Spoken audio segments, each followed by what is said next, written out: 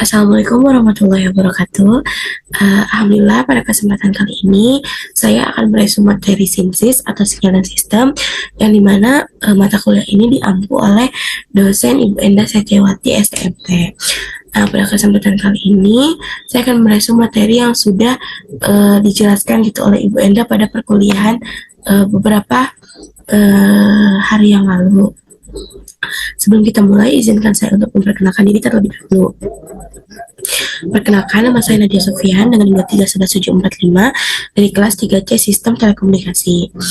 Nah, di sini saya akan menjelaskan tentang sistem dan klasifikasinya, yaitu representasi sistem, interkoneksi antar sistem, dan juga klasifikasi sistem.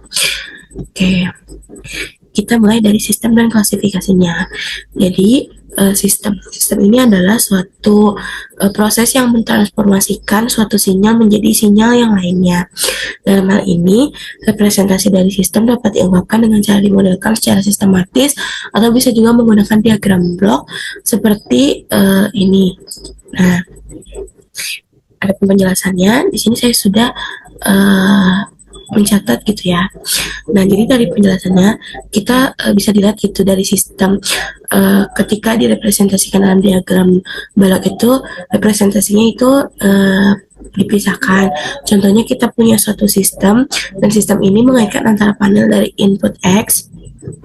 Nah, dari input X ke input Y ke output Y, maaf. Nah, maka yang di tengah-tengah atau T itu adalah hasil transformasi dari X ke output Y. Nah, itu bisa dikatakan sebenarnya bahwa sistem itu suatu fungsi yang dimana mengaitkan antara input dan juga output yang mengaitkan bagaimana jika input dan output itu dihasilkan. Tapi tergantung fungsi yang menghubungkan dari transformasinya juga. Lalu di sini ada contoh soal. Hanya contoh saja. Nah, di sini ada contoh satu. Nah, di mana contoh satu ini suatu sistem dinyatakan oleh Y T sama dengan X pangkat X kuadrat T sama dengan X T kuadrat gitu.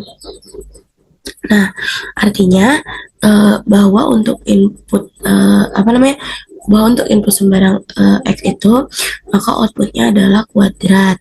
Nah, ini teman-teman.